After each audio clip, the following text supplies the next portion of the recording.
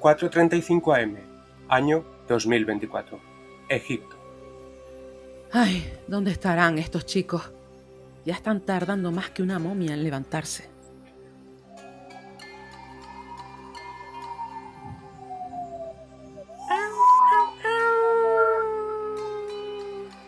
Por fin, Snavi. Al fin llegas. Pensé que ibas a quedarte a dormir con las momias. Tú sabes el sueño que tengo. Si me hubiera citado más temprano, el faraón se habría despertado antes que yo. Ahora explícame, ¿por qué me has hecho venir a estas horas y frente a esta pirámide? Vamos adentro. Sarai señala una pirámide, bastante más pequeña de lo que puedas imaginar. ¿Estás loca? Somos meros turistas en este país, no cazadores de tesoros de película. Te equivocas, Navi. Somos exploradores en busca de libros perdidos.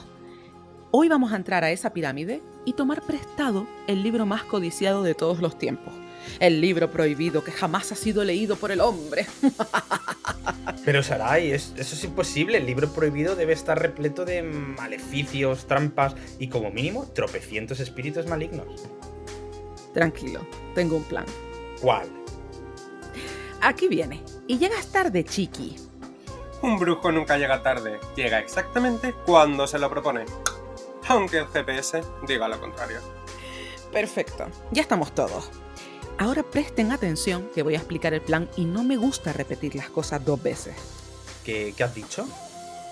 Déjate de bromas, Navi. No me hagas sacar el látigo antes de tiempo, ¿eh?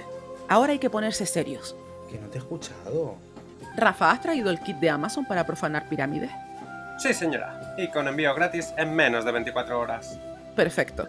Con ese kit, más tus poderes sobrenaturales, será pan comido entrar en la pirámide, sortear las trampas y llegar hasta la tumba del faraón donde reposa el libro prohibido. Y me lo entregas en cuanto salgas. Si sales, claro. ¿Y yo qué hago? Tú lo acompañas al interior, sigues sus instrucciones al pie de la letra y sobre todo sin rechistar. ¿Alguna pregunta? ¿Y tú? ¿No piensas entrar con nosotros? A ver, chiqui, yo soy el cerebro de esta operación. Alguien tiene que quedarse fuera, montada en el camello, vigilando que nadie más entre y para asegurarme de que los bocadillos no se enfríen. Pero... ¡Ay, no me hagan perder más el tiempo! Entren sin rechistar y consíganme el libro prohibido. Es una orden.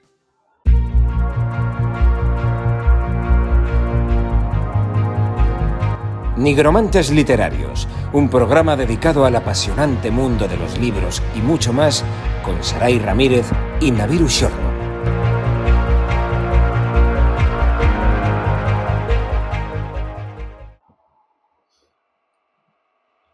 Bienvenidos a Nigromantes Literarios.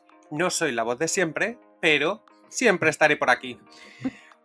Hoy estoy invadiendo este programa nuevamente, soy Rafa y no os preocupéis que sigo muy bien acompañado con Sarai. ¿Cómo estás? Hola Rafa, hola nigromantes. Oye, pues encantada de que estés aquí con nosotros de nuevo porque tú sabes que eres un nigromante de primer rango. Y quienes nos escuchan habitualmente, pues, conocen tu presencia en este programa constantemente, ¿no? Aunque, como dices tú, ¿no? En espíritu siempre estás ahí como en el aire flotando. Y por supuesto, tenemos que darle la bienvenida también a mi querido compañero de letras, Naviru Shorno, que sin él, pues no podría ser capaz de llevar este programa a solas. Naviru, ¿estás por ahí?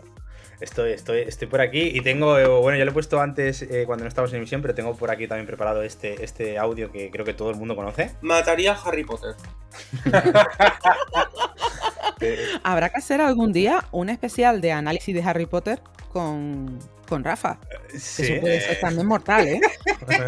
Eso puede ser mortal. Sobre todo porque yo defiendo mucho últimamente a Harry Potter y me da que... Y él no. Sí, defiendo al personaje, me parece. Ese es otro tema, es otro debate, ¿no? Chicos, hoy traemos contenido con polémica porque vamos a hablar de obras que en algún momento de la historia fueron censuradas, vetadas, incluso quemadas, podríamos decir. Luego tendrán el guiño. Y hablaremos de los motivos de estas prohibiciones. Y no sé si hay algún orden establecido, porque aquí nosotros últimamente vamos como muy improvisando, ¿no? Y tiene su encanto, pero yo necesito tener un pequeño esquema, aunque sea. ¿Quién empieza? Yo. Venga. Nunca empiezo nada. La cuestión es terminarlo, porque uno puede iniciar... Eso tampoco. Pues fantástico. Vamos muy bien, ¿eh? Bueno, pues yo os he traído el libro Excalibur, que nada que ver tiene con la espada. Este libro es, digamos, como la Biblia de la cienciología. Es la obra maestra de Lafayette Ron Hubbard, que no sé si se pronuncia así, pero así se va a quedar. Bueno. Y bueno, se trata de un ensayo que supuestamente le llegó a este señor por inspiración divina cuando estuvo declarado clínicamente muerto. Oh. O sea que ya empezamos bien. Pues sí. Sí, se dice que es un libro que vuelve loco a cualquiera que se atreva a leerlo. Y bueno, Hubbard lo empezó a escribir sobre todo porque tenía como una curiosidad insaciable sobre el tema de los poderes de la mente humana, el ocultismo, y bueno, pues ya sabemos que todos los que nos dedicamos a estas cositas, pues muy bien de la cabeza tampoco estamos. Eso es cierto, sí. Y bueno, básicamente, ¿qué hay en este libro? Pues como la Biblia, como todos los libros religiosos, pues al final es un compendio de las claves a todas esas respuestas que nos hacemos, ¿no? Quiénes somos, de dónde venimos y todas estas cosas. El autor, cuando lo escribió, pues como hacemos todos, lo pasamos a nuestros amigos, ¿no? Para que nos den tips y nos corrijan y cositas así. Sí. Y para la sorpresa de todo el mundo, muchos fueron víctimas de locura o frenesí al leer el libro. O sea, yo no sé si me atrevería a leerlo sabiendo esto. Sí, a mí me parece prometedor, cuando menos. Sí. Bueno, tú seguro que te lo lees. ya he perdido al río, Rafa. Y no acaba loca. Claro. No, porque ya lo está. Bueno, pues muchas de estas personas fueron ingresadas en manicomios y por ello Excalibur nunca fue publicado. Porque al final, bueno, pues hay un escándalo detrás y como siempre el ser humano pues intenta ocultar todas estas cosas. Que al final luego salen a la luz. Y luego el autor vendió el manuscrito al final, ¿vale? Y también se dice que la gente que lo leyó enloqueció y se suicidó. O sea... Por Dios, ¿cómo está la cosa, no? Y a un paso más. Yo no sé los que están metidos ahí, pero vamos. Sí, de hecho, dentro de la secta, porque vamos a llamarlo por su nombre, no dejan a los adeptos leer este libro. O sea, imagínate. ¿No? O sea, tienes una secta en la que el libro principal no lo puedes leer. Por temor a que no... A que se vuelvan locos. Ya. Pues qué bien también, todo, ¿no? Sí, sí. También se dice que hubo un editor, bueno, que estaba con la obra y demás, y llegó un lector para que le diera su opinión. Entró el lector, le tiró el libro a la mesa y se tiró por la ventana. O sea, de película de total. Que claro, todas estas historias al final dices, bueno, pues no sé si son verdad o no, pero forman parte del mito del libro. O sea, atrévete a leerlo. En Amazon no se puede comprar, ¿no? Pregunto. ¿Tú lo has leído, Rafa, o no? No. No te atreves. Te da mal rollo. Y menos tratándose del libro de la cienciología, escúchame. Sí, a ver, son para echarles de comer aparte un poquito. Sí. Pero la propia... Este propio, vamos a llamarlo movimiento espiritual, porque quizá el que esté dentro no querrá que lo llamemos secta o bueno, igual ni nos están escuchando. O sea que no, Tom Cruise no creo que nos un saludo a Tom Cruise. ¿Esta gente tiene que comprar el libro? O sea, ¿están obligados a comprarlo? No, si es que ¿No? Es lo que te digo. De hecho, ningún adepto lo ha leído. O sea, es como que está prohibido. Bueno, pero aunque sea para adornar la estantería, no. Nada, no existe, vale. No. No, la gente que pertenece a esta religión o secta Ellos pagan X dinero y depende del dinero que paguen, les dan, bueno, diferentes secretos sobre la cienciología. Yo es que me escuché hace poco una biografía de Tom Cruise en el podcast del Búnker. Sí. Y ahí explicaban esto, ¿no? Que depende del dinero que tengas, pues tú pagas y te dicen más o menos secretos sobre la historia de la humanidad. Sí, pero te los dicen. Que son una flipada, son una flipada. Lo puedes descubrir sin pagar si quieres en internet, ¿sabes? Que no hace falta darle $1000. Bueno, pero también es algo como simbólico, ¿no? Sí. Luego con eso, con el dinero, pues claro, pues lo utilizan para hacer publicidad de ellos y todo esto. Pero del libro yo había escuchado alguna vez, pero esto que has contado tú, Rafa, me parece muy interesante. Sí. Y a la vez, todo lo que lo rodea, ¿no? Todo el misterio y todo esto hace que te den ganillas de, hostia, si cae en mis manos y lo leo, ¿qué va a pasar conmigo? ¿Qué me va a pasar? Es lo que decía, es que ya con la premisa de no, lo he escrito porque me vino la inspiración divina cuando estaba clínicamente muerto. Es como, hello. No, pero es una buena estrategia. Lo único que si no permiten a los usuarios acceder a él, pues o no recomiendan a sus usuarios, me llama la atención, ¿no? Porque ¿con qué motivo? Simplemente por como generar ahí un temor, ¿no? En el seguidor medio. Si es real lo que pasó, o sea, si es, hablemos de supuestos, sí. Si fuera real que toda esta gente se suicidó, bla, bla, bla, bla, bla, hombre, yo creo que el señor lo utilizó como marketing, lo he escrito por inspiración divina, pero como si luego se le fue tanto de las manos, en plan que la gente se empezaba a matar, es como, vale, pues mejor no lo publico, ¿sabes? Se me ha ido un poco... Es un poco como todas las leyendas que hay alrededor del cine de terror, ¿no? De todas esas películas que dices, ay, pasaron cosas súper raras en el set de grabación, o los personajes...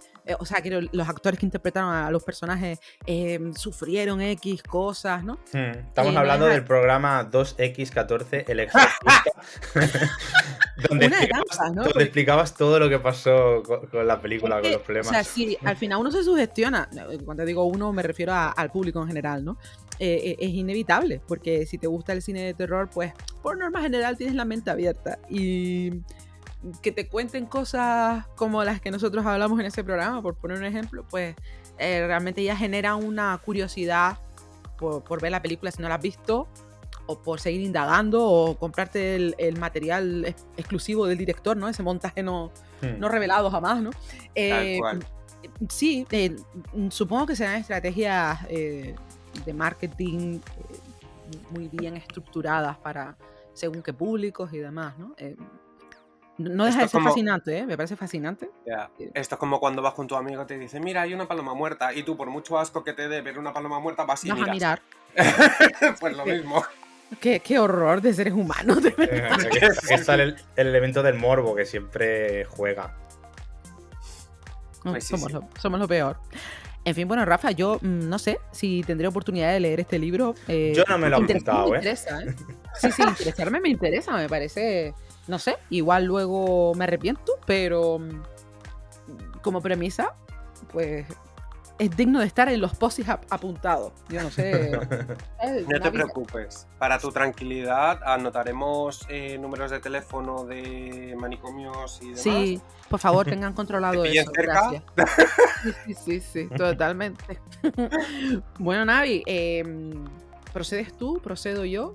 Bueno, si quieres procedo yo.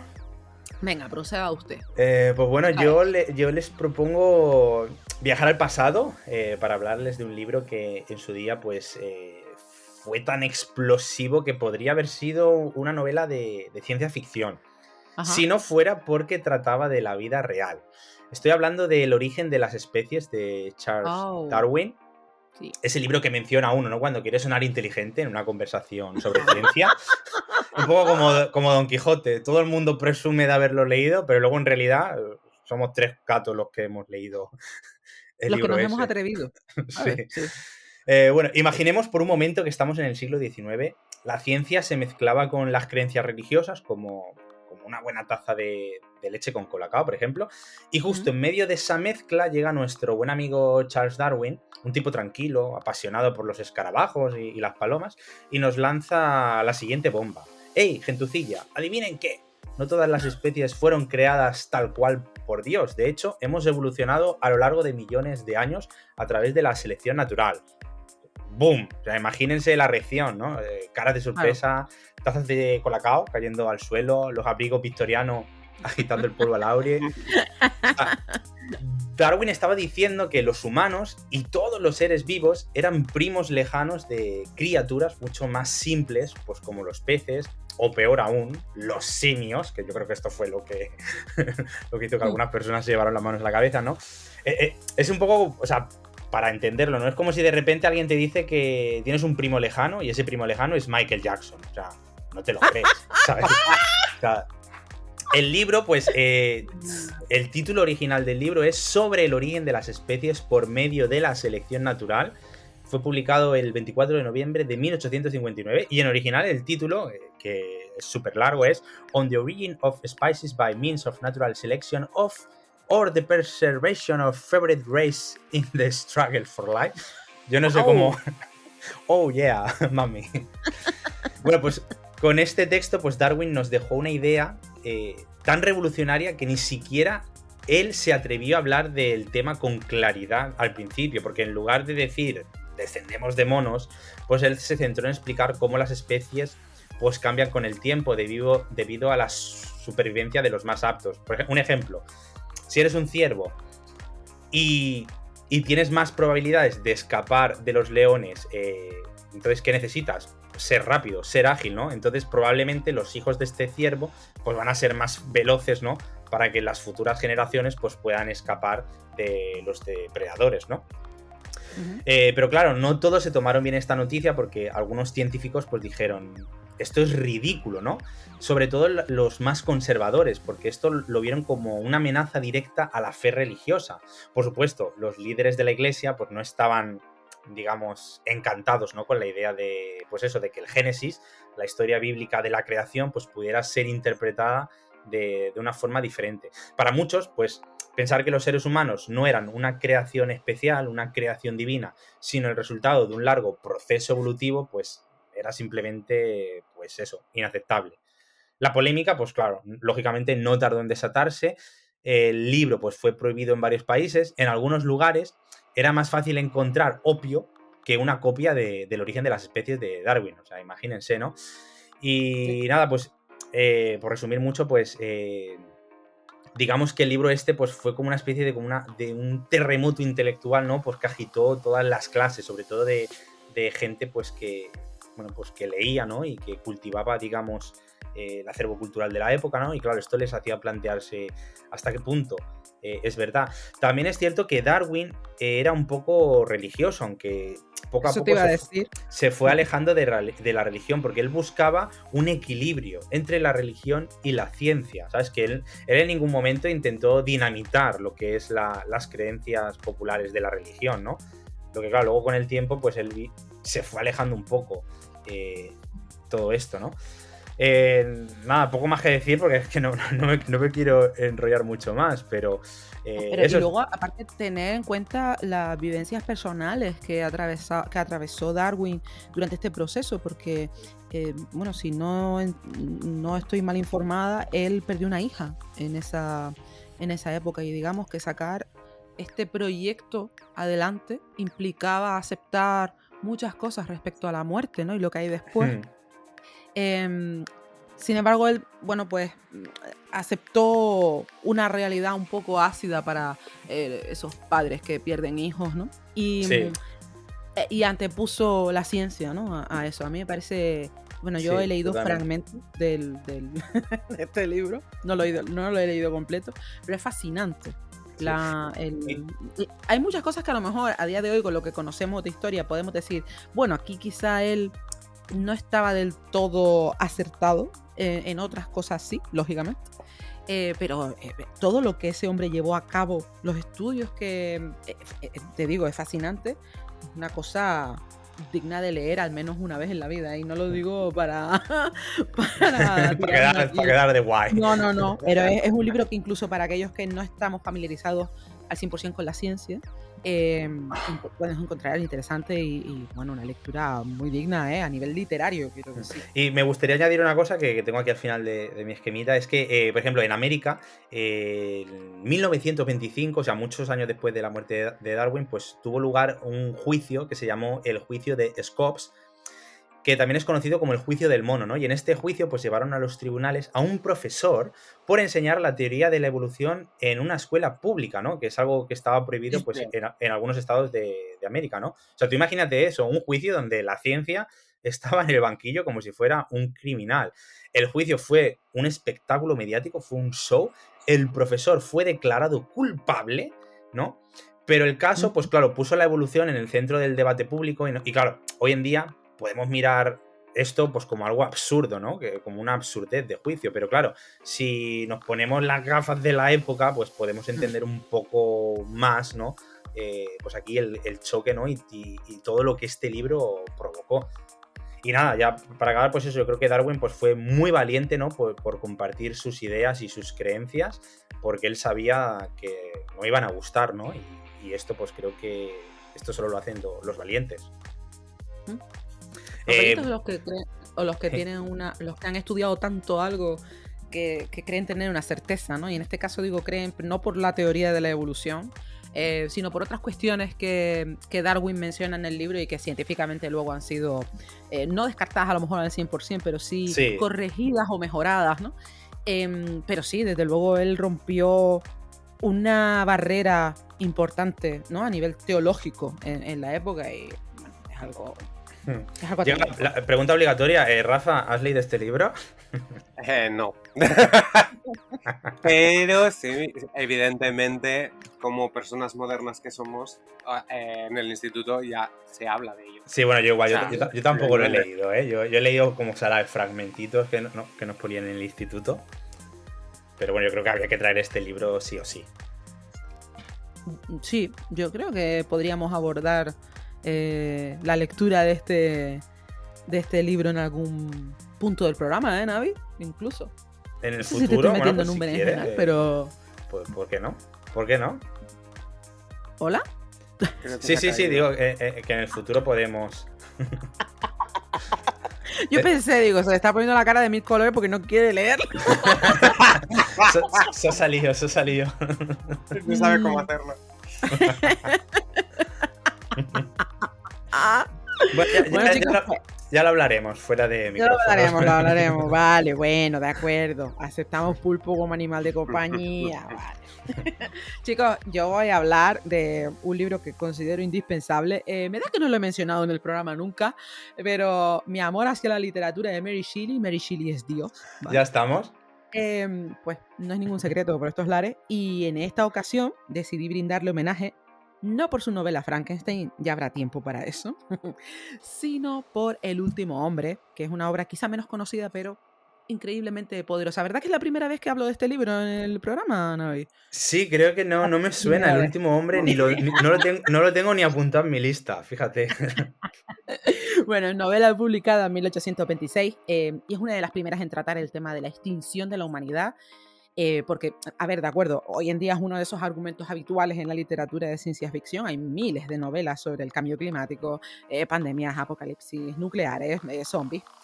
Pero El último hombre, aparte de ser escrita en una época en que este registro no era tan frecuente, nos habla de horror a través de una reflexión bastante oscura sobre la soledad, la moral y el fin de nuestra especie. Es a priori una novela distópica que nos ofrece una visión tenebrosa sobre el siglo XXI, donde la humanidad se enfrenta a la extinción provocada por una plaga, ¿no? El protagonista es Lionel Verney, un chico británico que sufre lo indecible y acaba convirtiéndose en el último hombre del mundo. Así comienza este impresionante libro. No estoy contando, no estoy haciendo ningún spoiler.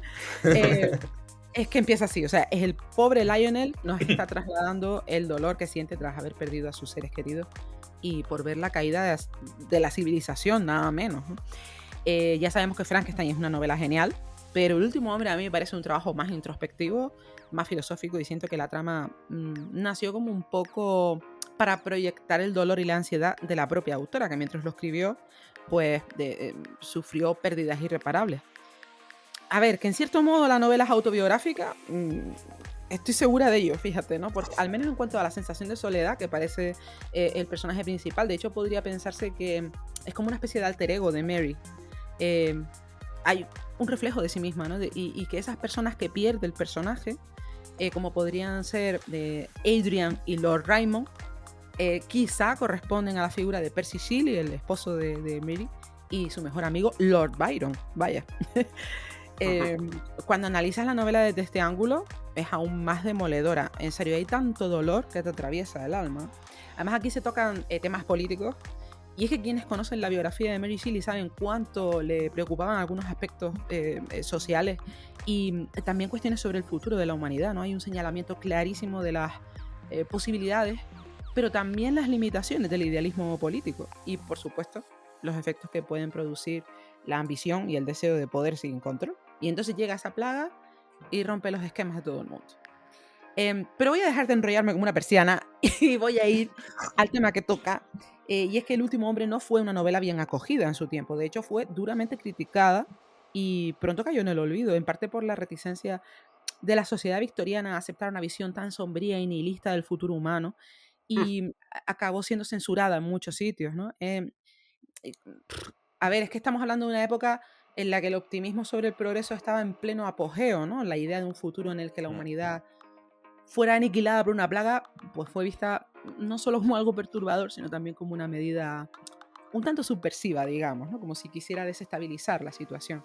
Estamos hablando de una etapa en la que se celebraban los avances científicos, la tecnología empezaba a abrirse paso, y todo esto era visto como una señal de prosperidad, así que la pobre Mary pasó a ser, pues, el ave de mal agüero.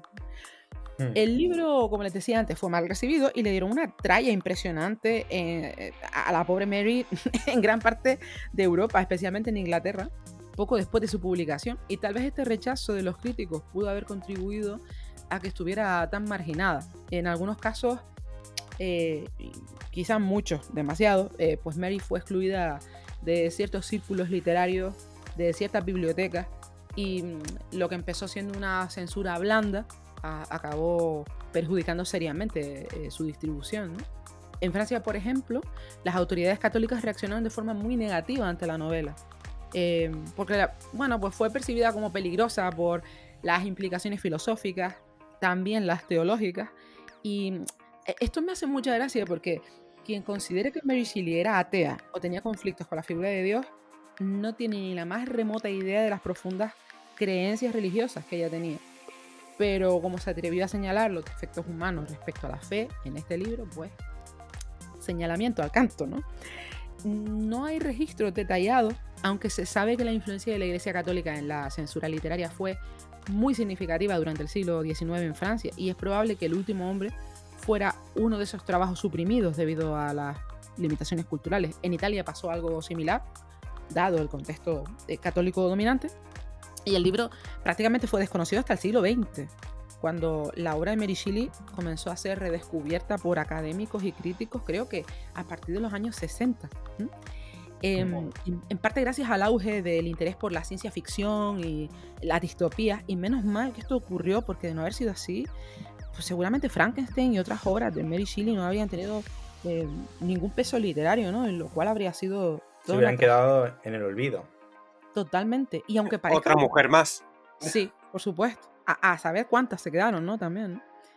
Quizá algunas con la misma categoría literaria de Mary Shelley, ¿no? Eso no lo podemos saber, ¿no? Y lo que les decía, aunque nos pueda parecer mentira, gracias a la piratería, la obra de Mary Shelley no se perdió en el camino. Porque si no recuerdo mal, estos académicos encontraron varias copias no oficiales de libros como El último hombre en la década de los 60, y si no hubieran tenido acceso a este y otros trabajos de Mary Shelley, pues no se habrían publicado nunca más, ¿no? Ya ves. Imagínense. No hay mal que por bien no venga. Totalmente, sí. Y fíjate, se puede decir que Mary Shelley era visionaria, porque ahora la distopía es como un género propio, ¿no? Y cada 2x3 ves películas en el cine, nuevos libros que alcanzan los primeros puestos y están relacionados con el fin del mundo. Y cuando ella lo hizo, era como una aberración, por así decirlo. Sí. Lo que pasa con muchos visionarios. Bueno, imagínate, si todavía en el siglo en el que nos encontramos hay gente que no sabe que Frankenstein lo escribió Mary Shelley. Sí, bueno, yo te lo dije el otro día. Yo hice el otro día un sondeo en mi trabajo y pregunté a todos mis compañeros del trabajo quién es Mary Shelley. Pues nadie sabía quién es. O sea, pues se hizo muy buena censura de esta mujer, ¿no? Incluso me llegaron a decir que es un influencer de Estados Unidos. No te creo, no puedo creer. No, en serio que no. Claro, cuando digo Frankenstein, vale, sí, pero no sabían que detrás está Mary Shelley. Bueno, si quieres, hago reparto de látigo. Rafa, ¿has leído este libro? No. Soy fatal leyendo. Navi, ¿has leído este libro? y nada, lo repartimos con la gente que no haya leído este libro, que imagino que aparte de Sarai, pues somos muchos los que no hemos leído este libro. Pues nada, yo creo que tendremos que hacer un análisis o algo en el futuro, Sarai, para obligarme a leerlo, porque es que tengo tantos libros en la lista que de unido. Bueno, ya veremos. Después del origen de las especies. No, pero voy a ser el típico ignorante. De esto hay una serie, ¿verdad? Pues yo la serie del origen de las especies me la vería, ¿eh? Creo que sería mucho mejor que el libro. Hay una película que se llama La duda de Darwin, y es una película que te recomiendo muchísimo, porque es todo este jaleo que vivió Darwin. La duda de Darwin. Es maravillosa, es maravillosa. Sí, fantástica. No apta para personas sensibles, también lo tengo que decir. Pues ya estamos, a la mierda. Yo por lo menos no sé si es que a lo mejor el momento en que la vi igual yo estaba un poco delicadilla, pero a mí me afectó bastante y de hecho empaticé mucho con la figura de Darwin, que tampoco sé si se ajusta al 100% a la realidad de este hombre, pero wow, o sea, porque yo vi al ser humano, ¿no? en esa película y me impactó bastante. Bueno, sigamos con libros prohibidos, chicos. Creo que me toca. Sí. Yo os voy a traer uno maravilloso. Como siempre, yo tiro a mi terreno. Y es el llamado Codex Gigas, o comúnmente conocido como la Biblia del Diablo. Jolín. Sí. Que si sectas, que si ahora diablos también, pues nada. Soy bruja. Bueno, se dice que sus páginas están hechas con pieles de burro, aunque luego se descubrió que eran con piel de... ¿Pero burros humanos o...? Bueno, ahí no se explica. Con piel de cordero. Pobrecito. Sí, es el manuscrito medieval más grande y más misterioso de la historia. Wow. Según cuenta la leyenda del Códex, es un texto perturbador surgido de un pacto hecho entre un monje condenado y el mismísimo diablo. Fue escrito en el siglo XIII por un monje benedictino que en la República Checa. El significado de Codex Gigas es libro gigante. De hecho, lo tenían que transportar entre dos personas. O sea, Dios, tremendo majatote, ¿no? Después nos quejamos del origen de las especies, Navi. Vale.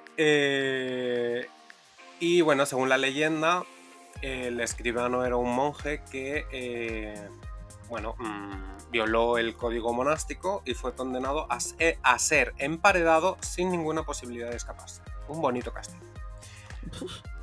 Sí. Pero única sin forma... Netflix ni nada. Sin Netflix ni nada. La única forma de que este monje pudiera evitar su muerte era creando un libro hermoso y fascinante para glorificar al monasterio. El libro tenía que, como todo este tipo de libros, tenía que incluir todo el conocimiento humano. Y... muy ambicioso, ¿no? También te lo digo. Sí. Como si fuera, un Masterchef, que en media hora te haces un platito decente o una horita. No, se le dio 24 horas para completar la tarea. Encima con tiempo. Madre mía. Pues como para ponerse a corregir como otros que yo me sé. No, morimos. Pues nada, si conseguía la tarea, pues sería liberado. Total, a la medianoche, el buen hombre, que se pensaba que lo iba a poder conseguir, dijo, postate, que son las 12 de la noche y aquí estoy, que no acabó. Y, pues claro, sucumbió y vendió su alma al diablo. Total, que el que acabó escribiendo el manuscrito fue el diablo y el monje añadió su imagen en agradecimiento. Por eso se conoce como la Biblia del Diablo. Vale, el Codex Giga se dio a conocer cuando el monasterio benedictino de Podlazique, no sé si se pronuncia así o no, pero por la República Checa, tuvo problemas financieros. Entonces, para recaudar fondos, ¿qué hicieron? Pues vendieron el libro. Y se lo vendieron a un monasterio cerca de Praga. ¿Qué pasó? Que con el tiempo este monasterio también tuvo problemas financieros. O sea, no quiero ese libro, gracias. Ya tengo suficiente con ser pobre. No quiero ser más pobre de lo que soy. Ya tengo suficiente con mis problemas financieros, ¿no? Exacto. Total, que al final el libro acabó en manos de Rudolf III, un emperador del Sacro Imperio Romano, que se había obsesionado con el Codex. Bueno, así como otros libros de alquimia y de ocultismo. Lo que pasa siempre es que al final el ocultismo llama. Y en este caso encima, pues teñido con esa visión religiosa, ¿no? Con una historia tan oscura detrás, claro, llama la atención de cualquiera con intereses de este tipo, ¿no? Totalmente. Y es que al poco tiempo de este señor tener este libro, pues acabó enloqueciendo, fue declarado no apto para gobernar y desterrado por su propia familia. O sea, bueno, mira, no le trajo problemas financieros, pero sí, un poco sí, ¿no? Al final. Sí, claro, te quitan todo el poder, básicamente. Y te dejan ahí, venga, hala, sobrevive. Este es mejor. Léete el libro de Darwin y sobrevive. Eso te iba a decir, este es mejor que no lo leamos, ¿eh, Navi? Ni se te ocurre proponer. No, yo creo que es la primera vez que no apunto más de un libro en la lista de pendientes. Pasa que no. Oye, pues muy interesante, Roja. Yo la verdad es que siempre Espera. Que hay más información, perdona. Falta lo mejor. En este me he extendido un poco. Bueno, que al final el libro fue recuperado por el ejército sueco y está en una biblioteca allí a buen recaudo. Muchos expertos afirman que el manuscrito está maldito y, bueno, pues cualquier cosa que se haga con él sucumbirá ante el poder del mal.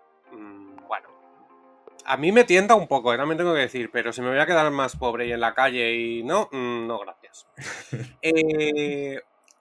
Sí que este libro ha generado controversias, no solo por el mal que genera, sino porque, claro, se dice que el libro tiene como demasiados conocimientos para el ser humano de aquella época. Como diciendo que ese monje realmente no podía haber escrito, aparte de haber escrito todo lo que se escribió en 24 horas, tener tantos conocimientos como para verterlos en un libro. Y la otra controversia es esa, el tiempo que se tardó. Porque algunos expertos estiman que se habría tardado en completar de 25 a 30 años, pero la tinta parece mostrar que se completó en 24 a 72 horas. ¿Cómo te comes esto? No sé, la verdad es que... O sea, ya no es... o sea, coño, que es un... Perdón por el taco. Pero que es como, joder, hay otro taco. No pasa nada. Hay un análisis detrás, ¿sabes? O sea, se analiza hasta la tinta, ¿sabes? ¿Qué volumen tiene? O sea, que se sabe más o menos así cuántos caracteres tiene o... Pues no lo he buscado. Sé que es muy gordo. Y muy grande, porque si lo tienen que llevar dos personas... Sí. Y curiosamente, el manuscrito no estaba prohibido por la Inquisición, que ya me parece raro. O sea, de hecho, permitieron que se investigara el libro por estudiosos de la época. Y... Vale, bueno, la otra curiosidad es que la escritura en particular, o sea, el modo de escribir, el trazo y demás, no se ha encontrado en ningún otro manuscrito en la historia. O sea que este señor escribió esto y ya. Ahí Y ya. Hombre, Pero que a mí me es parece una súper gesta curioso tremenda, ¿no? lo de la tinta. Es como, hostia. Sí. Claro, que también puede ser como un estudio en la Universidad de Massachusetts, dice, ¿sabes? Pero... Sí, claro, que puede, hasta esto que dices, ¿no? Un estudio de Misco, ¿no? Ha dicho esto y ya sabemos todos qué tipo de estudio es este. Bueno, es muy curioso. Se la pilla tarde. Sí. Yo en un viaje a Tailandia, en un templo que había, en un pueblecito de Bangkok, tenían un libro que era como 2 metros de largo por 1 metro. Que, claro, yo nunca había visto un libro tan grande, ¿no? Pero, claro, cuando has dicho tú que también las dimensiones del libro ese también eran muy grandes, es que uno no se puede imaginar cómo de grande es un libro hasta que lo ves físicamente. Perdón, ¿y eso que tiene? ¿Una letra tipo helvética tamaño 14 o...? No, claro. O sea, estoy viendo. Es considerado como la 8ª maravilla del mundo en su época. Son 624 páginas, tampoco son tantas páginas, ¿eh? Pero, claro, imagino que entre florituras, dibujos y demás... Sí, claro, cada página es como tu cama de grande.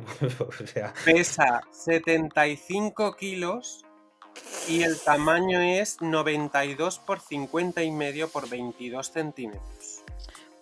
Vale, pues helvética tamaño 16, más o menos. O 50, porque vamos, si eres miope lo puedes leer. Es que curioso, la verdad, ¿eh? Claro, así hago yo un libro también, no te jodes. En una noche. El mundo de la literatura es, desde luego, un paso sin fondo, tío. Sí. Un libro súper grande, claro, con la letra E que ocupa toda la pantalla y luego ya sigues escribiendo... Ay, toda la pantalla, toda la página. Y luego ya sigues escribiendo, así cualquiera se hace 624 páginas, ¿eh? Bonito. Sí, ¿te imaginas que ahora te pongas a leerlo y digas, me lo he leído una sentada, ¿no? Me lo he leído en 24 horas. Pues... Me ha ayudado el diablo. Cosas más curiosas. Eso sí, un dolor en los brazos de pasar las páginas, ¿no? En fin, chicos, pues sí, este no lo voy a incluir en mi lista, lo siento. Tampoco creo que me quepa en casa. Porque yo, como soy de libro físico, por lo que sea, pues este no me cabe en casa. El de Amazon, pero soy yo la que ha pedido. Bueno, Navi, ¿qué traes tú? Pues si os parece bien, pues vamos con mi segunda recomendación. Y en esta ocasión, pues les propongo sumergirnos en las turbulentas aguas del Mississippi. Y bueno, pues voy a hablar de un libro que ha hecho reír, ha hecho reflexionar y por supuesto pues ha hecho enojar a mucha gente a lo largo de los años. Estoy hablando de las aventuras de Huckleberry Finn. Huckleberry. Bueno, Halle Berry es una actriz. Huckleberry. Harry Potter. No soy capaz de decirlo bien, yo lo siento mucho. Huckleberry Finn. Huckleberry Finn. Esta, bueno, es una obra de Mark Twain. Esto sí que lo digo mejor, ¿no? Mark Twain. Sí. Que como un buen plato de comida sureña, pues es deliciosa, pero con un toque picante y que algunos lectores pues encuentran, digamos, difícil de digerir. Primero vamos a ponernos un poco en situación. Estamos en el siglo XIX, en una América donde el tema de la esclavitud pues aún está fresco en la memoria y la sociedad tiene ideas muy firmes sobre lo que está bien y sobre lo que está mal, ¿no? Y justo en medio de todo esto, pues aparece Mark Twain, ¿no? Que es un tipo, pues, con un bigote envidiable, ¿no? Y un sentido del humor así bastante afilado. Y Twain nos presenta a Huck Finn, un chico rebelde que prefiere la libertad del río a la civilización opresiva del momento, ¿no? Y aquí es donde, digamos, que se pone todo un poco interesante. El personaje de Huck, pues ya lo conocemos y a los que habéis leído las aventuras de Tom Sawyer o Tom Sawyer y decide escapar de su vida miserable, ¿no? Junto a su abusivo padre, ¿no? Un borracho que le da unas palitas tremendas, ¿no? Y digamos que se embarca en una balsa por el río Mississippi, pero no lo hace solo, porque le acompaña Jim, un esclavo fugitivo que busca su libertad. Y aquí es donde empieza lo que es básicamente pues un road trip del siglo XIX, pero en una balsa y sin gasolina, por supuesto, ¿no? La relación entre Huck y Jim, yo diría que es como el corazón del libro, ¿no? Y a lo largo del viaje, pues Huck se enfrenta a un dilema moral que digamos que sacude pues todas las ideas que le han ido inculcando a lo largo de los pocos años que tiene. Porque debe ayudar a Jim a ser libre o entregarlo porque según la sociedad de su tiempo eso sería lo correcto, ¿no? Digamos, traicionar a su amigo, ¿no? Porque es un esclavo, ¿no? Y Twain pues utiliza esta amistad pues para lanzar, digamos, dardos envenenados contra la hipocresía y el racismo de la época, y lo hace con mucha maestría, que vamos, que para describirlo, o sea, solo se me ocurre la palabra brillante, ¿no? Brillante. Porque desde luego que es increíble lo que ocurre en este libro, ¿no? Y ahora pues voy a hablar del elefante en la habitación, ¿no? Las aventuras de Huckleberry Finn es uno de los libros más prohibidos y polémicos de la historia de la literatura estadounidense. Y no es para menos. Twain no se andaba, digamos, con remilgos o con rodeos, ¿no? Y usó el lenguaje y las actitudes de la época para tratar la realidad tal y como era. Claro, lo que incluye el uso de la palabra nigger. En su tiempo, pues era común esta palabra, ¿no? Pero hoy en día, y bueno, desde que se abolió la esclavitud, ¿no? Pues digamos que la palabra nigger es altamente ofensiva. Y por lo visto, pues solo la... Bueno, para mí en la actualidad, por lo visto, pues solo la pueden utilizar los cantantes negros, porque yo creo que si los blanquitos las usamos, nos llaman racistas, ¿no? No quiero tampoco ahora abrir un debate sobre esto, pero me parece algo muy curioso, porque yo escucho muchas canciones actuales en las que ellos mismos utilizan la palabra níger, sería negrata, ¿no? En España, aunque no tiene los mismos significados. No tiene la misma connotación. No tiene... Sí. Pero a mí me da rabia porque yo, por ejemplo, en mi trabajo no puedo usar esta palabra, o sea, lo tenemos prohibido. Tenemos un manual sobre comportamiento y no puedo utilizar la palabra nigger. Pero luego una persona negra sí que puede usarla, ¿no? Y a mí esto me da rabia. O sea, ¿por qué tú sí y yo no? ¿Sabes? Aquí o todos moros o todos cristianos, ¿no?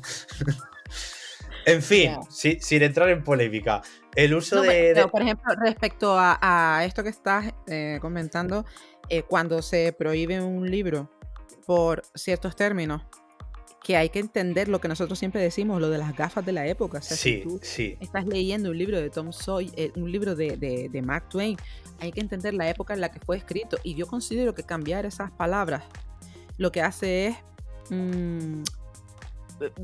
blanquear lo que se pensaba en un momento determinado, ¿no? Y borrarlo de algún modo, la historia, y no debe borrarse. Sí, claro, es que claro, esto nos lleva a hacer la pregunta de, o sea, ¿deberíamos prohibir libros que contienen, ¿sabes?, ideas o lenguajes incómodos? Rotundamente no. ¿Sabes? O tenemos que aprender, porque ¿cómo vas a aprender, ¿sabes?, de nuestro pasado si no estamos dispuestos a enfrentarlo tal y como era, ¿sabes? Si tenemos que modificarlo, ya no va a ser lo mismo, o sea, esa ventana ya no es una ventana directa, ¿sabes?, hacia una época oscura de la historia de la humanidad, porque la hemos transformado para, bueno, pues hacerla políticamente correcta, ¿no? Y claro, pues yo por supuesto no, o sea, no, esto no puede ser. Para mí las cosas tal y como son. En fin, lo que estaba diciendo, que el uso de la palabra nigger, pues a lo largo de todo el libro, ¿no? Pues claro, llevó pues esto a que el libro pues se considerara inapropiado en muchas escuelas, lo retiraran de muchas bibliotecas. Algunos tildaban al libro de racista, mientras que otros pues defendían pues la crítica feroz contra el racismo, ¿no? Y claro, la ironía aquí es que Twain era un antirracista declarado, o sea, probablemente el hombre pues se revolvería de su tumba si supiera que su obra se ha malinterpretado, ¿no? Sí, totalmente. Porque claro, el uso de la voz de Huck, de un niño pues con una moralidad en formación, pues para mostrar lo absurdo y lo cruel que puede llegar a ser el racismo, ¿no? Sí. Y aunque se ha malinterpretado durante muchísimo tiempo, se ha malinterpretado a Twain, ¿eh? De hecho, hay gente que a día de hoy todavía considera que Mark Twain era un racista recalcitrante y nada más lejos, ¿sabes? Sí. Pero es como si tú metes un personaje en tu novela que es racista, homófobo, es un cuñado, es no sé qué, no sé cuánto, pues tendrá que hablar como un racista, homófobo, cuñado. Por supuestísimo. Exacto. Por supuestísimo. No sé. No. Sí. Pero esto es un poco la duda que nosotros otras veces hemos tocado en el programa, ¿no? Como lo que quisieron hacer con obras como Charlie y la fábrica de chocolate, ¿no? O las novelas de Agatha Christie, que también, pues, bueno, pues hay... Que lo cambiaron. claro, y tú dices, no, esto va... Primero, me parece fatal hacerlo con autores que no se pueden defender porque ya no están aquí para defender su obra, tal y como la escribieron o como percibían ellos la realidad, o incluso si el propio autor lo hubiera sido, hay que entender los valores sociales de entonces y tener esos libros como, o esas historias o esos ramalazos, en este caso de racismo, como cuestiones sociales que se han superado o que por lo menos tratamos de superar, ¿no? en épocas actuales. Y a mí me parece necesario que eso esté ahí. Sí, no, a mí igual, a mí me da muchísima rabia la sociedad actual intentando ser ahora todo el rato políticamente correcto. Y no, hombre, es que además eso lo único que hace es dañarnos totalmente. Sí, nos tratan al público como si fuéramos tontos. Yo creo que tenemos que tener la capacidad intelectual para, ¿sabes? Para, bueno, pues si estamos leyendo algo que fue escrito hace 200 años. Totalmente, igual que con algunos filmes como Lo que el viento se llevó, es una película prohibida, ya no la puedes encontrar en ninguna parte. Por favor, porque lo que manifiesta esa película precisamente es la realidad social que se vivía entonces. Y no podemos tampoco mirar para otro lado, es que eso estaba ahí. Es como ahora prohibir todas las películas. Pero eso es súper hipócrita, porque luego la actriz se llevó un Oscar, que es la primera actriz negra en llevarse el Oscar a actriz secundaria, si no me equivoco. O actriz de reparto. O sea, premias a la actriz, pero cancelas la película. ¿Qué estamos haciendo? Y bueno, ya para acabar, que me quedan dos pinceladas de mi esquemita. Nada, decir que, bueno, pues eso, el libro, un siglo después de haberse traducido, pues aún seguía siendo relevante y provocador en la sociedad y bueno, a día de hoy también sigue, ¿no? O sea, tú cuando lo lees hay escenas que, o sea, te incomodan, ¿sabes? Te incomodan. Porque a las personas, digamos, de raza negra, pues se les trata como si estuvieran en un escalón por debajo. Que ya te digo, no todo el mundo, porque el protagonista no trata así, él lo trata... Porque es que al final el libro, pues, a mí me recuerda como, ¿sabes? Como la amistad, ¿sabes? O sea, la amistad a veces... prevalece, ¿no? Por encima de todas las cosas, incluso de los prejuicios que tiene la sociedad. Niño. Exacto. Sí. Este es un poco el tema de lo que habla Twain en esa novela, entre otros muchos, ¿no?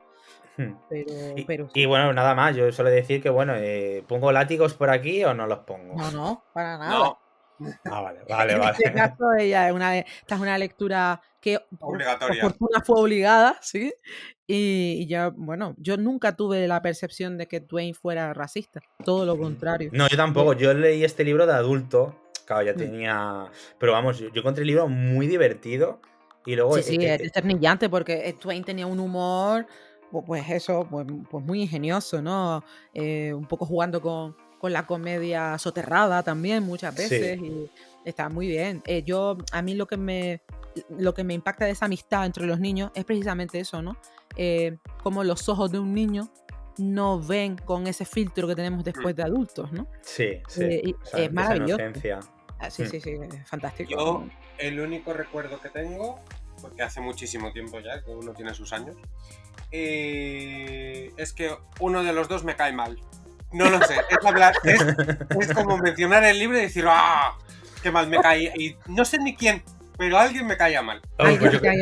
Yo creo que el niño, porque el niño anda con un mentiroso, se monta unas películas para timar a la gente que dicen, madre mía. Ese. Si hasta se hacen pasar por un muerto y luego resulta que dicen que es él, ¿no? Va a la familia para que le den de comer y le den cobijo, ¿no? Y luego se descubre que es mentira, que es un impostor. O sea, es que no voy a como la lía. Vas a tener que dejarnos, Rafa, otra frase para la historia del programa. ¿Sabes? Para añadir a la de Harry Potter. No. No, que luego me odia la gente. Vale. Pues chicos, yo voy ya con mi última recomendación. Me encanta este libro que has traído, Navi. Creo que viene muy a colación, ¿no? con el tema, porque bueno, no sé hasta qué punto vamos a llegar con lo de las limitaciones culturales y a mí eso me preocupa bastante. Porque no deja de ser un clásico que deberían leer pues todas las juventudes, creo yo, para entender el mundo y no olvidarnos de quiénes fuimos y hacia dónde queremos ir, ¿no? O sea, ese es un poco el y cómo el mundo ha cambiado, ¿no? Porque antes, fíjate, en el río Mississippi, o sea, podías ir de una punta a otra, ¿no? De varios estados. ¿Ah, sí? Y en la actualidad ahora, o sea, la importancia de lo que era el Mississippi, ¿no? Y a día de hoy, no creo que se pueda hacer. Y la naturaleza de los niños, porque en aquella época si un niño no estudiaba no era algo tan extraño, ¿no? O sea, los niños podían vivir ajenos incluso a sus familias como vagabundos, ¿no? Y bueno, pues por suerte esas cosas han cambiado, por lo menos en el mundo que nosotros conocemos, ¿no? Sí, en el mundo desarrollado, por así decirlo. Sí. Iba a decir primer mundo, ¿sabes? Pero como no, tampoco creo que nos merezcamos ese título. Ahí he sido yo más políticamente correcto. Sí, total. El otro se rió y lo dejó claro, ¿sabes? Chicos, pues voy a finalizar, no sé, diciendo lo siguiente. ¿Hay mayor ironía que escribir un libro que habla sobre los peligros de prohibir la literatura y que acabe siendo censurado? Pues esto mismo pasó con Fahrenheit 451 del grandísimo Ray Bradbury. Yo estoy segura de que los nigromantes que la hayan leído estarán de acuerdo conmigo en que es una de las novelas distópicas más influyentes del siglo XX y si uno lo piensa con frialdad no es tan distópica después de todo, ¿no? Sobre todo ahora que hemos hablado de las aventuras de Huckleberry Finn y Tom Sawyer, ¿no? Bueno, la historia se desarrolla en un futuro donde los libros están prohibidos y unos bomberos muy particulares tienen la tarea de quemarlos para evitar que la sociedad se corrompa por pensar gracias a ellos. La novela es una crítica evidente contra la censura, por supuesto, pero también contra el conformismo y la supresión del pensamiento crítico. Y como les adelantaba antes, irónicamente la misma novela pues, fue prohibida en diferentes momentos de su historia. Tenemos a Guy Montag, el bombero protagonista del libro, que inicialmente es un fiel servidor del sistema, pero comienza a cuestionar su rol en la sociedad después de conocer a su vecina Clarice, una joven que le abre un mundo de ideas y pensamientos profundos. Y hasta aquí pues, se puede contar sin hacer spoilers por si alguien no lo conoce aún, ¿no? Y cómo no, pues quienes hemos leído a Bradbury sabemos que suele utilizar ese lenguaje poético cargado de simbolismo y en esta novela pues no hay excepción respecto a esto, ¿no? En Fahrenheit 451 se cumple con todo lo dicho, pero además el clima es terriblemente opresivo y con ello consigue que tú sientas el peso de esa cárcel que aísla a los personajes de la cultura rodeados de otros que también se mantienen en ese estado de pasividad y sumisión. En realidad el libro es una crítica directa a limitar la capacidad de pensar por uno mismo y a la superficialidad de la cultura de masas, ¿no? Un tema que Bradbury veía con mucha preocupación en la década de los 50, en pleno desarrollo de la televisión como herramienta cultural, como ese artefacto que sirvió para invertir muchas, quizás demasiadas horas de entretenimiento familiar. En fin, que el hombre se adelantó bastante en el tiempo porque ya sabemos lo que actualmente está sucediendo con la cultura y el libre pensamiento, ¿no? Aunque la novela no fue prohibida oficialmente en muchos países, sí que enfrentó algunas formas de restricción, principalmente en Estados Unidos, desde que fuera publicada, ¿no? Por ejemplo, en los años 60 y 70, varias ediciones fueron modificadas con cambios que suavizaban el lenguaje. Aquí vemos que lo de las limitaciones no es algo actual, eso también estaba antes. Por ejemplo, palabras como maldito o infierno se sustituyeron para hacer el libro apropiado, lo vamos a entrecomillar, de cara a audiencias más jóvenes, ¿no? Como si ellos no pudieran escuchar la palabra maldito e infierno en otros. Como si no las usaran. Exactamente. Pues, estas ediciones censuradas se utilizaron en algunas escuelas, también en bibliotecas, lo que paradójicamente contradice el mensaje central de la novela, ¿no? En los 80, Bradbury se quejó a este respecto y se hicieron muchos esfuerzos para restaurar el texto original, aunque no se consiguió en su totalidad, es decir, todavía se pueden encontrar ejemplares con esta censura, ¿no? También fue retirada de las listas de lectura de muchas escuelas porque, bueno, pues ciertos padres y educadores consideraban que su contenido no era adecuado para el público juvenil, pues ya sea por su lenguaje o por los temas que aborda, como la censura, la rebelión contra la autoridad, la crítica social. En ese sentido me recuerda un poco al efecto del guardián entre el centeno, ¿no? Cuando lo comentamos en su momento. Sí. Y en este caso, en el caso de Fahrenheit, en 1992, en el 92, señores, o sea, pues la novela fue muy cuestionada en una escuela de California por el uso de malas palabras y por presentar una imagen negativa de la autoridad. Esto se extrapoló a otros dominios porque acabó siendo retirada de bastantes bibliotecas debido a la presión de grupos que la consideraban subversiva y una mala influencia para los jóvenes. Pero no se crean que ocurrió únicamente en Estados Unidos, que durante la era del apartheid en Sudáfrica, la novela fue prohibida. El gobierno de entonces era conocido por su estricta censura de material que pudiera incitar al descontento o cuestionar el régimen. Y un libro como este, con un mensaje tan contundente en contra de la represión, lógicamente no era bienvenido. Y no fue hasta los 90 que volvió a estar disponible para los lectores. Lo que no sé es si fue la versión cambiada con esos... sí, o la original. Fue la original, ¿no? A mí me alegra saber que hoy en día Fahrenheit 451 es una de esas lecturas adecuadas para jóvenes, ¿no? En mi caso la descubrí en el instituto, aunque he de admitir que en su momento no fui capaz de valorarla debidamente y no fue hasta hace unos años, creo que 2019, 2020 que volví a leerla y ya entonces, pues sí, quedé completamente fascinada, ¿no? Y bueno, para no extenderme mucho, este libro es una defensa apasionada del poder de las letras y la información y cómo la libertad de pensamiento es capaz de transformar la sociedad, ¿no? De generación tras generación. Entonces, cuando un libro de estos es tocado, manipulado, reescrito, se pierde mucho del contenido, ¿no? Se pierde mucha de la fuerza del contenido. ¿Preparamos látigos o este también lo han leído, chicos? Yo lo he leído. ¿Tú, Rafa? Látigo. Tienes que leerlo, Rafa. Es maravilloso este libro, ¿eh? Y es más, ahora este año he leído también las Crónicas Marcianas, que me lo recomendaste tú en un programa anterior y me lo leí este año, que tenía el libro en catalán, comprado de segunda mano. Y también he visto la película de Fahrenheit que está en HBO. Creo que la vi hace un par de meses. Y bueno, pues, como siempre, ¿no? El libro muchísimo mejor que la película. La esencia de las películas, y más en este tipo de obras, ¿no? Porque al final hay un contenido bastante filosófico, ¿no? Y eso en las películas queda siempre un poco relegado tras la acción, ¿no? Sí, se pierde. Además, él intenta hacerlo un poco como con la tecnología actual o un pasito más allá. Y a mí eso pues me ha dejado un poco frío. Te saca del contexto. Es como lo que sucede con La Guerra de los Mundos, ¿no? La Guerra de los Mundos como película, la de Tom Cruise, quiero decir, ¿eh? Pues, bueno, pues es una película muy entretenida, pero se sale bastante de... Sí, pero poco que ver con el de libro. Lo de Wells, ¿no? No obstante, hay una serie que nunca me canso de recomendarla, hablando un poco del tema de La Guerra de los Mundos, que la hizo la televisión británica y es muy, muy fiel a la novela. Es una miniserie, no sé si de 2 capítulos o 3. Vale mucho la pena, ¿eh? Porque respetan la historia original, respetan el contexto, respetan la identidad de los personajes. Eso está muy bien, ¿eh? Yo creo que es ¿En qué plataforma se podría ver? Ahora mismo no sé decirte, porque la vi hace ya algunos años, pero trabaja Robert Carlyle, que es el que hace de Ogilvy. Sí, y me encantó. O sea, yo la vi por él. Y me gustó muchísimo, ¿eh? Está muy bien filmada, hay una buena producción detrás y un respeto, bueno, acusado incluso diría, a la obra original, ¿no? Está muy bien. Vale. Bueno, antes de finalizar y despedirnos, me gustaría haceros una pregunta.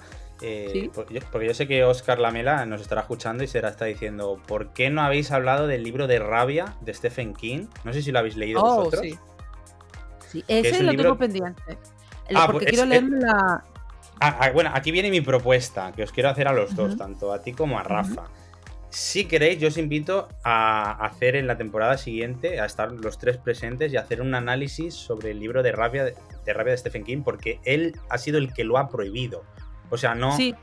El libro está descatalogado, yo creo que habrá que buscarlo de segunda mano o pirata, porque no se puede comprar a día de hoy en ninguna tienda, porque Stephen King, el propio autor, ha prohibido el libro.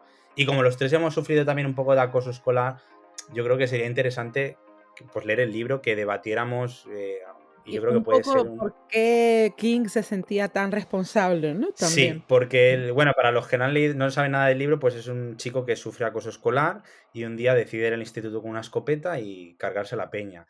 ¿Qué es lo que pasa? Que nunca habían ocurrido esto en la realidad y hay un montón de estudiantes que sufrieron acoso escolar y bueno, han ido a clase, han matado a gente tras haberse leído este libro. Y claro, esto ha provocado que Stephen King pues haya dicho, mira, no, o sea, lo está pasando mal, ¿no? Porque por culpa de este libro está dando la idea a adolescentes. Yo creo que él temía en el fondo ser con este libro que fuera como otro caso tipo El Guardián entre Centeno, ¿no? Sí, que estuviera ligado a una leyenda negra y se sintió muy responsable y él mismo lo ha prohibido, ¿no? Y el libro está descatalogado en segunda mano. Estamos hablando de que el libro empieza a valer cientos y cientos de euros, porque claro, no se puede encontrar el libro, no puedes comprarlo nuevo, ¿no? Lo que es la versión original, ¿no? En inglés. Sí, lo que es la versión original. Entonces yo, si queréis, pues yo os invito a... Yo me apunto rápida. Sí, yo también. ¿Tú también? Vale, pues ya hablamos fechas luego fuera de micrófono, y para la temporada 5 pues haremos un análisis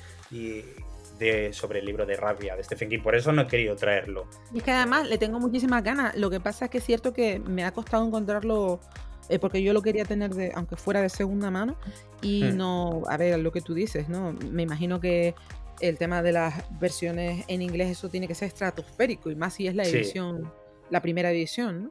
Pero sí, yo siempre he querido leerme ese libro, porque sé la historia, sé lo que supuso para King, lo que supuso para la sociedad del momento, y creo que es un libro que merece muchísimo la pena solo por el revuelo, ¿no? O sea... Sí. Bueno, pues aquí lanzamos la propuesta también a nuestros nigromantes. Si no habéis leído el libro, pues tenéis unos cuantos meses para leer el libro y prepararos para el análisis de este programa. Y nada, llegamos al final del programa. Rafa, muchísimas gracias por habernos acompañado y por habernos traído estos dos libros que yo desde luego no los conocía, y ha sido fascinante escucharte hablar de estos libros, ¿eh? Ya sabes que está tu casa. Sí, esta tu casa, así que esperamos que regreses pronto para hablar del libro o de lo que se tercie, ¿eh? Ojalá sea para que nos cuentes, pues que vuelves a publicar algo pronto. Ya hay ganas de leerte, yo prometo que yo estaba en ello, pero se me ha roto el cargador del ordenador, y hasta que pueda comprarme uno, pues... que parece tontería, pero es que no es la vida, la vida se interpone a veces, sí, no es lo que hay. Muchas gracias por para mí siempre es un placer estar aquí, ya lo sabéis. Gracias a ti, porque siempre te apuntas a nuestras aventuras, y esperamos que sigas haciéndolo pues por muchas más, ¿no? Naviru, ¿qué tendremos en el próximo programa? Pues en el próximo programa vamos a traer a una escritora que últimamente lo está petando, está saliendo en las noticias de Antena 3, la ha entrevistado a Ana Rosa Quintana, ha salido en la radio, ha salido en periódicos. Pues esta escritora se va a venir aquí a Nigromantes Literarios. Y ¿decimos el nombre? Sí, ¿no? Sí. Gema Tacón. Vamos a tener aquí a Gema Tacón. O sea, ahí queda la cosa. Formidable. Yo creo que nos vamos a reír un montón. Eso te iba a decir, no sé por qué, pero tengo la sospecha de que acabaremos riéndonos hasta por las orejas, ¿no? Pues formidable, queridos nigromantes, hasta que llegue el día, ya saben, lean mucho, pero sobre todo... Rafa, dilo tú si quieres. Sean felices. Has escuchado Nigromantes Literarios. No te olvides darle a like y suscribirte. ¡Gracias!